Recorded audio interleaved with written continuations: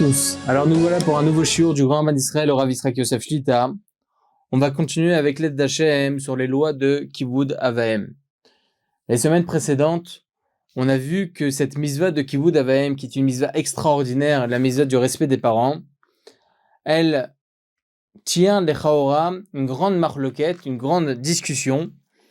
Si cette mitzvah est une mitzvah qui dépend de l'homme vis-à-vis de son ami, en l'occurrence ici le père vis-à-vis de son fils, le fils vis-à-vis de son père, ou bien il s'agit d'une mitzvah qui correspond à la catégorie de Ben Adam la Makom, qui concerne l'homme vis-à-vis d'Akadosh Baruch Hu. On avait rapporté là-bas une marloquette entre le Rambam et le Ramban. Le Ramban Nachmanide pense qu'il s'agit d'une mitzvah qui concerne l'homme vis-à-vis d'Hachem, alors que le Rambam il pense que c'est une mitzvah qui concerne l'homme vis-à-vis d'autrui.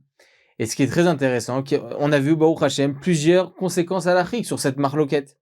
Une des conséquences halachiques, qu'on avait vu la dernière fois, c'est en ce qui concerne le fait que lorsque le père demande à son fils quelque chose, ou bien qu'il n'adhère pas à son idée, à l'idée de son fils, est-ce que le fils est obligé d'écouter son père ou pas? Alors il faut savoir, là aussi on avait rapporté une marloquette entre le Meiri Rabbeinu Yerucham et le Roche, qui disent que selon la Gemara dans Kiddushin, Lamed Aleph Amud Bet, 31b, Tanu Rabbanan Ezeu Kibud, Ma'achil ou Mashke, Malbish ou Mechase, Machnis ou Motzi. Ok? C'est écrit là-bas, c'est quoi le Kibud Avaim? C'est quoi le respect dû aux parents? C'est on doit leur donner à manger, leur donner à boire, les habiller, etc., etc. Plein de, voilà, des choses qui concernent vraiment la personne elle-même. Et donc, ils apprennent de là que les Chaora, ça ne concerne pas uniquement les choses qui sont directement liées au père, même les choses qui sont extérieures, tant que c'est la volonté du père, il faut l'écouter. Alors que selon le Ramban, Nachmanide, le Rajba, le Ritva, ils disent que toute la misa de Kivud Avaim, c'est uniquement lorsqu'il y a un lien direct avec le père. Lorsque le père est directement concerné par cela. Mais lorsqu'il n'est pas concerné par cela, il n'est pas lié à cette idéologie, eh bien, même s'il n'est pas d'accord, le fils n'est pas obligé de l'écouter. Marloquette, selon la halacha, les Chaora, on devrait trancher comme la majorité des Rishonim, mais en l'occurrence le Ramban, le Rajba et le Ritva, et la majorité des Rishonim pensent de cette façon-là, qu'on n'a pas l'obligation d'écouter son père à ce niveau-là. Bien évidemment, je le répète tout le temps, on ne doit pas l'écouter, mais il faut le faire avec respect, évidemment. Chas v'shalom, il ne faut pas en arriver à d'autres isurim. Par exemple, je vais donner quelques exemples. Le Shut Torah Lishma écrit par le Ben Ishraï, dans le Shut Torah Lishma, Siman 266. C'est rapporté là-bas au sujet d'une jeune fille, ou bien une fille que son âge commence à avancer. Le père, il dit, regarde, tu vas pas te marier, tu vas rester avec moi, comme ça tu auras la possibilité d'être à la maison. Par exemple, on ne sait pas, par exemple, sa femme, elle est décédée, je ne sais quoi, et lui, il n'a pas la possibilité de tout faire seul. Il demande à sa fille, regarde, ne te marie pas, reste avec moi, au moins tu pourras préparer à manger, tu pourras faire ci, tu pourras faire ça, top. On va dire c'est pas très orthodoxe, entre guillemets, aujourd'hui en 2022. Mais on va dire, c'est ça la question qui est rapportée dans le Torah Lishma. Est-ce que cette fille-là, elle doit l'écouter ou pas? Il tranche la halacha le Ben Ishraï, qui a la misva et l'obligation d'écouter son père. Maran Rabbeinu Ovadia Yosef, dans son responsable Yabi Omer, volume 8, Yoredea Siman 22, alinéa 2, il est cholek qui tranche autrement que le Rabbeinu Yosef Chaim, que le Ben Ishraï, et dit qu'elle n'aura pas l'obligation du tout d'écouter son père, parce qu'elle aussi, elle veut, Bezrat Hashem, fonder une famille, une maison Baruch Hashem remplie de Torah, avec des enfants. Donc, elle n'a pas l'obligation d'écouter son mari. Surtout que c'est écrit dans Ishayahu, l'Otohu Bera, la Shevet Etzara. Elle a été créée pour aussi, Baruch Hashem, apporter des enfants, et Ishtabar Shemola, d'avoir fondé une famille digne dans la Torah.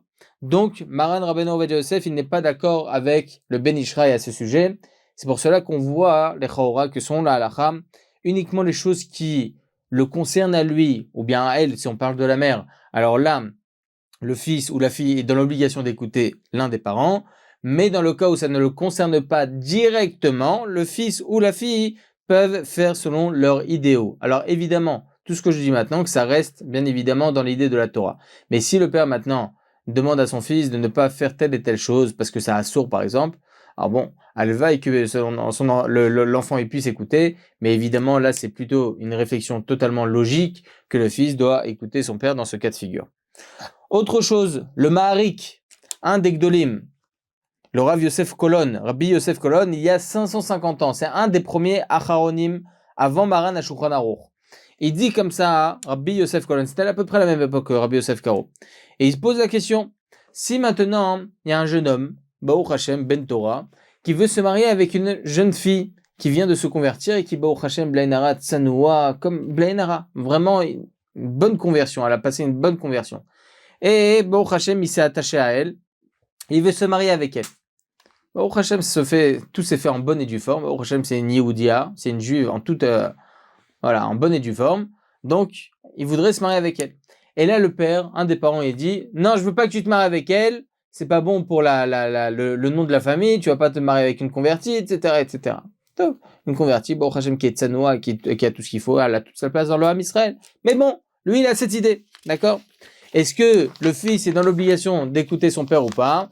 Là aussi, le mari, il répond, Lo Ishma Le Aviv. Il ne doit pas écouter son père tant que Baruch Hashem, c'est une fille qui est tsanoua, shomeret misvot, comme il se doit. Alors là, dans ce cas de figure, il n'a pas l'obligation du tout d'écouter son père, mais il pourra se marier avec elle. Autre exemple, si maintenant la maman, elle dit à son fils, il a l'habitude, Baruch Hashem, il est mitrasé, qui se renforce comme il faut l'enfant, et il souhaite chaque matin aller au mikvé. Au mikvé. Et là, on est en plein hiver, elle veut pas que son fils il sorte tôt le matin, aller au mikvé, etc. Le mikvé, il est froid. Top, pour plusieurs raisons. Est-ce que il doit l'écouter ou pas? Alors, il faut savoir que Rabbeinu Harizal, le Harizal qui était un des Gdolem, à la même époque que Rabbi Yosef Karo, d'ailleurs, il était de la famille de Rabbi Yosef Karo, parce que la fille du Harizal s'est mariée avec le fils de Rabbi Yosef Karo. Extraordinaire. Pourtant, le Harizal, c'était un Ashkenaz. Et Rabbi Yosef Karo, c'était un Sefarad. Blainara. Ken Yerbou. Donc, en tout cas, le Harizal, une fois, sa mère, elle lui a dit, regarde, je veux pas que tu ailles au mikvé. Je veux pas que tu ailles au mikvé parce qu'il est trop froid, il est ici. On connaît tous le mikvé du Harizal, Nachon. Je veux pas que tu ailles au mikvé. Et là, c'est écrit dans le Zohar HaKadosh pourtant. Écrit qu'il y a une histoire avec Rav Amnuna Saba, Shaya Toved Bechol Erev Shabbat. Il avait l'habitude de se tremper chaque veille de Shabbat. Donc c'est très important selon le Zohar HaKadosh d'aller se tremper au mikvé. Donc le Harizal, qui était quand même, je pense, bien placé dans le Zohar HaKadosh, il allait au mikvé chaque jour. Et là, sa maman, il lui a dit de ne pas aller au mikvé. Eh bien, il y a écrit comme ça, que durant 3 années, il n'est pas parti au mikvé, il n'est pas parti se tremper. Pour quelle raison? Parce que sa mère lui avait demandé de ne pas se tremper. Alors, il faut savoir que même si le Harizal, évidemment, lui, il était aussi du même avis, que tout ce qui ne concerne pas directement l'un des parents, il n'est pas obligé d'écouter. Mais là, étant donné que ça pouvait faire souffrir la mère, ça pouvait la rendre assez triste, dans ce cas-là, c'est mieux d'écouter. Donc le Harizal, là, dans ce cas-là, étant donné qu'il a vu que le mikvé, c'est pas du tout obligatoire, évidemment que sur le Zohar, c'est important, mais c'est pas une obligation, il a essayé de faire pencher la balance, et c'est évident que dans un cas de figure comme ça, c'est préférable d'écouter l'un des parents, et en l'occurrence, le Harizal, c'est ce qu'il a fait. Tov, il a fait meod. Autre exemple. D'ailleurs, il faut savoir que le mikvé, c'est pas du tout obligatoire pour les hommes. Pas du tout obligatoire. Si on vient nous demander, au Hashem, il y a une personne qui est mitrasée, qui se renforce en Torah, il souhaite bien étudier, et là, il va voir le Rav et il dit, Rav, j'ai envie de faire teshuva, est-ce que je dois aller au mikvé, est-ce que je dois faire des jeûnes? Il faut savoir que Maran Rabbeinu Ovadia Yosef était pas du tout pour les jeûnes. Il demandait aux gens qui voulaient faire teshuva d'étudier la Torah. Pas d'aller au mikvé, pas d'aller ici, pas d'aller ça. L'étude de Torah, c'est Magina ou Metzela. C'est la Torah qui protège, c'est la Torah qui sauve, c'est la Torah qui apporte le plus de tahara, le plus de pureté possible. D'accord? Si une personne a la possibilité ou bien d'étudier, ou bien d'aller au mikvé, évidemment, il n'y a pas de question à se poser, il faut aller étudier la Torah. Ou un autre exemple. Si maintenant, Baruch Hashem, Vekara Shemol Be'Israël, Ishtabar Shemol Had, il y a quelqu'un qui a eu un petit garçon. Et son père, donc le grand-père, il dit à son fils, c'est pas toi qui fais la Brit Mila, ça sera à Moël. Toi, tu n'es pas assez compétent en la matière, tu ne fais pas. Ah, mais regarde, il va m'aider, c'est une grande mitzvah, c'est vrai que donner à quelqu'un de le faire, c'est aussi bien, mais c'est mieux de le faire soi-même. Le père, il dit, non, je veux pas que tu le fasses toi. Je veux pas que tu le fasses toi. Là, dans ce cas-là, on parle plus de Kivud Avahem, on parle de Higayon, une réflexion simple. Maran Rabbeinu Ovadia Yosef, lorsqu'il voyait qu'il y avait le père de l'enfant qui n'était pas assez compétent en la matière, il faisait quand même la Brit Mila, bien évidemment, avec un Moël à côté de lui, qui lui expliquait les choses. Maran Rabbeinu Ovadia Yosef, il pleurait avec le gosse. Il faut être assez circli, il faut être assez logique. Commence pas à faire des misvotes qui ne nous concernent pas. On donne à quelqu'un de le faire. on donne à quelqu'un à faire cette mitzvah. Non, c'est pas nous qui allons sonner le chauffard. On va demander à quelqu'un de sonner le chauffard. C'est pas nous qui allons lire la Megillah. On demande à quelqu'un de lire la Megillah pour nous. La même chose pour chaque chose. Shlocho shel Adam kemoto, mechaven ou motzi, c'est la personne qui nous rend quitte, c'est tout. Eh bien, on se rend quitte aussi de la Brit Mila, pas besoin d'être trop chacham. Être trop chacham, des fois, c'est pas bien. Ok, la chorma, c'est mes villes des toutes, certaines fois, c'est une fausse chorma. Alors, si maintenant le père, bien la même chose ici. Donc là, c'est vrai que ça concerne pas qui vous avez, mais il y a le higayon, la réflexion qui dit que oui, là, tu dois l'écouter. La même chose, si le père il dit, je veux pas que tu jeûnes. Par exemple, vous savez qu'à partir de la parasha de Shmot jusqu'à Mishpatim, on a une coutume qui est rapportée par la Kabbalah, qui s'appelle les Shovavim. C'est le lundi, jeudi, il y en a certains qui jeûnent pendant cette période-là. Et là, le père il dit, je veux pas que tu jeûnes, je préfère que tu ailles étudier. C'est un bachor yeshiva, Baruch Hashem d'étudier ou bien un avrech. Il étudie. Maran Rabbeinu Ovadia Yosef il était contre tous les jeunes. Il demandait à ce que les gens aillent étudier la Torah. Si c'est une personne qui travaille, qui n'étudie pas, on lui dit alors bechavot, jeune, c'est un grand mérite, c'est écrit dans la Kabbalah, Shovavim, etc. Mais si une personne ou bien l'étudie ou bien elle jeûne, évidemment il faut qu'elle étudie plutôt qu'elle jeûne. Lorsqu'on étudie et qu'on jeûne en même temps, on étudie très très mal, si ce n'est on n'étudie pas du tout. Donc faire attention, essayer de peser le pour et le contre et on va bien comprendre que l'étude de Torah c'est bien plus important. Tov, la même chose, si la mère maintenant, elle dit à son fils, je veux pas que tu ailles dormir dans la souka. On a une mitzvah. On a l'obligation de dormir dans la souka. On a l'obligation de manger dans la souka. Il y a écrit dans la Gemara que c'est plus important de dormir dans la souka plus que de manger. Pourquoi? Parce que manger, Chachamim nous autorise, dans certains cas de figure, de manger à l'extérieur de la souka, moins que kazaït, etc., etc. Ce sont plein de cas de figure, les légumes, les fruits, top. Alors que dormir, même si c'est dormir 10 secondes, juste je mets la tête sur la tâche juste pour m'assoupir un petit peu, assourd, de peur qu'on en arrive à Shena, et de peur qu'on arrive à dormir de manière assez longtemps. Donc, Chachamim nous ont dit, même pour dormir 5 secondes, il faut dormir à l'intérieur de la souka. Donc, c'est très important. Et pourtant, le Rav Yitzhak Yosef, il dit dans le Yalkut Yosef, que s'il y a une mère qui demande à son fils, je ne veux pas que tu dormes dans la souka, et le fils, il essaie de dire, mais maman, c'est Amisa. Et la mère, elle dit, je ne veux pas parce que j'ai peur que tu attrapes froid. À Jérusalem, il fait frais à 4 heures du matin, 4 heures, 5 heures du matin. Et je veux pas que tu tombes malade. Et c'est vraiment pour ça, pas contre la religion. Là, c'est vraiment parce qu'elle a peur que son fils tombe malade. Dans ce cas de figure, le coach Joseph, il dit, il écoutera sa mère. Alors, on lui a posé à Sheila, mais je comprends pas. Ça ne touche pas directement la maman. Ça ne touche pas directement la maman. Encore, on a la mitzvah de Kivud Avem. En réalité, le Rav Yitzhak Yosef, il dit dans le coach Joseph, Vaïn Itorerut Shuva. C'est écrit dans ce livre Itorerut Teshuva que c'est pas par rapport à la mitzvah de Kivud Avem qu'on doit écouter sa mère, c'est plutôt par rapport à ce qui est écrit dans la Torah. Il y a écrit comme ça Ke'en Tadoru, Tishvu Ke'en Tadoru. C'est-à-dire que l'on doit s'asseoir dans la souka comme si qu'on habitait dans sa propre maison. Lorsqu'on est dans sa propre maison et que la mère demande maintenant de ne pas dormir sous la fenêtre parce qu'il fait frais, eh bien on dort pas là-bas. On dort pas là-bas parce que c'est logique, on ne doit pas dormir là-bas parce qu'on va attraper mal. Donc, de la même façon qu'à la maison, tu aurais dû écouter ta mère parce que dans ce cas de figure, ça peut être dangereux, il peut y avoir des missiles. Le Dama vient dormir, par exemple, dans le Mamad, ok, dans le bunker, parce qu'on est en pleine guerre à Yerushalayim. Le Meshanema, dans ce cas-là, il doit écouter sa mère parce que là, ce sont des choses qui sont logiques. Donc, de la même façon qu'à la maison, on aurait dû écouter ses parents pour les choses qui sont logiques, pas par rapport à qui vous avez, mais plutôt dans la logique. La même chose de la souka. Étant donné que la souka représente la maison, on doit écouter. Et donc, dans ce cas de figure, on n'aurait pas dû dormir en dessous de la fenêtre, et bien dans ce cas de figure, on n'aurait pas dû dormir dans la souka. Top. En tout cas, c'est ce qu'il veut dire là-bas, c'est pas par rapport à qui vous avez, mais c'est plutôt par rapport à une logique des choses. Autre chose, et Bezrat Hashem, on va essayer de terminer sur ça, je pense que c'est quelque chose d'assez important. Si maintenant le fils, il demande, il dit, voilà, j'aimerais, Bezrat Hashem Barach, faire don d'un de mes reins, j'aimerais le donner à quelqu'un ce rein-là. Et à quelqu'un, j'ai un ami, etc. Et le père, il dit, ma pitom, tu donnes rien du tout. Chazé Shalom, peut-être que tu en auras besoin, on ne sait pas. Quelle est la halacha? Alors, selon ce qu'on vient de dire, les chaora, c'est compréhensible. Que tout ce qui ne touche pas directement le père, ça touche pas directement. Ça touche l'enfant. Donc, ça touche pas le père. Dans ce cas de figure, on n'est pas obligé d'écouter. Mais est-ce qu'on a le droit de donner un rein ou pas? Alors, selon la halacha, il faut savoir que c'est rapporté comme ça dans plusieurs endroits. Masechet Shabbat Kufnun Aleph Amud Bet. Il y a écrit, vous savez, il y a des gens qui font des cartes comme ça. Ils appellent ça que cette carte-là s'appelle la carte Edi en Israël, qui permet, en fait, on signe là-bas que l'on permet qu'après la mort après notre mort, Chazé Shalom, on autorise à ce que l'on prenne des organes. Ah, il faut savoir que cette carte-là, il faut l'écrire, il faut la signer uniquement avec l'avis d'un grand Talmid Racham qui s'y connaît en la matière. Pour quelle raison? Il y a écrit comme ça dans la Maseret Shabbat Kuf Nun Aleph Amud Bet 151b. Il y a écrit comme ça. Kol ha'me'atzimeno shel gosses arezeh shofer damim.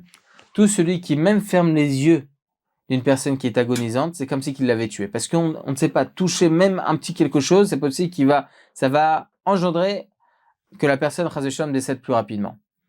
Kol sheken et kol sheken, à plus forte raison lorsqu'on prend un organe qui est nécessaire au corps alors que la personne n'est pas encore décédée. Le cœur, les choses comme ça, Chazé Shalom, c'est impossible.